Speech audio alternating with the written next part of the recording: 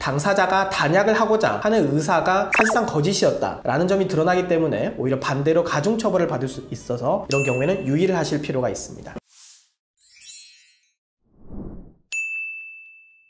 안녕하세요. 마약 전담 검사 출신 임성열 변호사입니다. 오늘은 마약 사건에 대해서 어떨 때 기소유예의 처분이 나는지에 대해서 말씀드리려고 합니다. 먼저 기소유예라고 하는 것은 검사가 범죄 혐의가 인정되지만 범인의 연령, 환경, 범죄의 경중, 그리고 전체의 정상을 참작하여서 공소를 제기하지 않고 불기소 처분을 하면서 사건을 종결하는 것을 가리킵니다. 기소유예에 대해서는 크게 두 가지의 종류가 있습니다. 단순 기소유예와 조건부 기소유예입니다. 단순 기소유예는 검사가 기소유예 결정을 하면서 어떠한 조건도 달지 않고 단순, 즉 기소유예 처분을 전국적으로 내리는 것을 가리킵니다. 그런데 조건부 기소유예라고 하는 것은 교육조건부 기소유예나 치료조건부 기소유예 등의 종류가 있습니다. 교육조건부 기소유예는 마약 사건에 있어서는 한국마약퇴치운동본부에서 4일간의 교육을 이수하는 경우에 정상적으로 기소유예 처분이 내려지는 것을 뜻하고, 치료조건부 기소유예라고 하는 것은 병원에서 치료를 받는 것을 조건으로 하여 기소유예 처분을 내린다 라는 뜻을 가리킵니다. 하지만 여기서 유의될 것은, 만약 정상적으로 한국마약퇴치운동본부에서 교육을 이수하지 않거나 병원에서 치료를 받지 않는 경우에는 검사가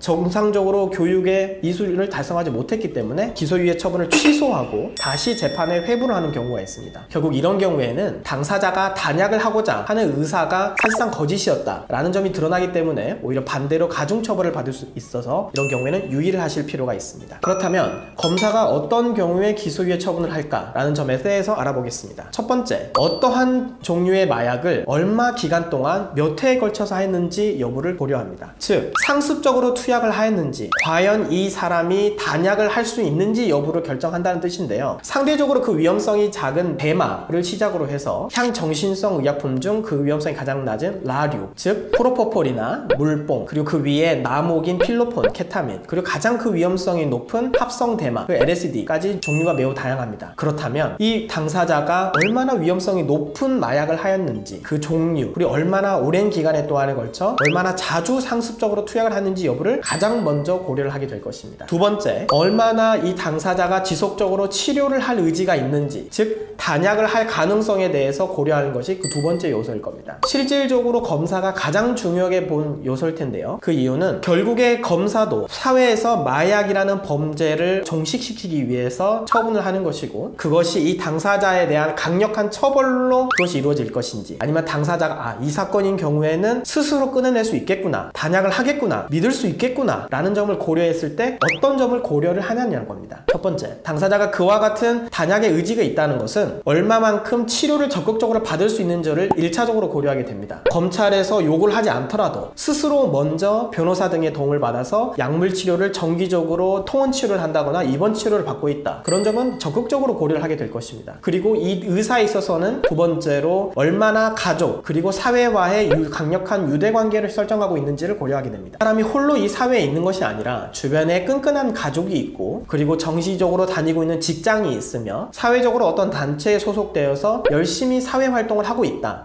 그럼 이 사람은 사회에 계속해서 속하기 위해서 노력을 하겠구나, 단약을 열심히 하겠구나, 정말 정기적인 치료를 받겠구나 라는 것은 위와 같은 가족과의 유대관계, 직장의 소속, 또는 특정한 단체의 소속, 또는 교육기관의 소속, 이러한 요소를 종합적으로 고려를 하게 됩니다. 세 번째, 당사자가 얼만큼 범행을 반성하고 있는지를 고려하게 됩니다. 결국에 자신이 범죄 사실, 투약을 하였는지 마약을 매수하였는지, 그 범죄 사실 자체를 얼만큼 구체적으로 자백을 하고 반성을 하고 있는지, 그리고 두 번째는 저희가 일명 공적이라고 부르는데요. 자신이 마약을 구매하게 된 상선이 누구인지, 그리고 자기가 함께 투약한 공범이 누구인지, 위와 같이 이 마약 사건은 결국에는 한 사람이 이루어질 수 없게 모든 사람들이 연계되어 있을 수밖에 없는데, 자신의 범행을 얼만큼 반성하냐는 위와 같은 다른 범죄 사실에 대해서, 다른 공범에 대해서, 다른 상선에 대해서 얼만큼 자백하고 반성하는지, 그만큼 진술을 하고 있는지를 종합적으로 고려를 하게 됩니다. 만약에 이 사람이 결국에는 투약한 사실이 엄청 많더라도 오랜 기간 동안 장기간 투약을 해서 첫 번째 요건을 부족한다고 하지만 사회와의 관계가 되게 많고 가족과의 관계가 끈끈 끈끈하고 단약을 적극적으로 실행하면서 치료를 받고 있다. 그러면 기소유예를 고려할 수 있겠죠. 따라서 세 가지 요건 중 나는 한 가지 요건을 충족하지 못한다. 나는 이제 기소유예는 끝났네. 이렇게 생각하실 것이 아니라 변호인의 도움을 받아서 이런 경우에 있어서는 저희가 적극적으로 단약을 할 수 있겠다라는 점을 적극적으로 저희가 주장하고 드러낼 수 있다면 충분히 기소유예 가능성은 열려 있다고 볼 수 있겠습니다. 마약 사건에 대해서 기소가 되었다 또는 마약 사건에 대해서 검찰이나 경찰에서 소환이 되었다 라고 하면 가슴이 철렁하고 걱정이 되시는 분이 많을 것입니다. 위와 같은 도움이 필요하신 분에 대해서 마약 사건 전문 변호인의 도움을 받으셔서 언제든지 연락을 주시거나 댓글을 달아주시면 친절하게 전문적인 도움을 드리도록 하겠습니다. 오늘도 영상을 시청해 주셔서 감사합니다.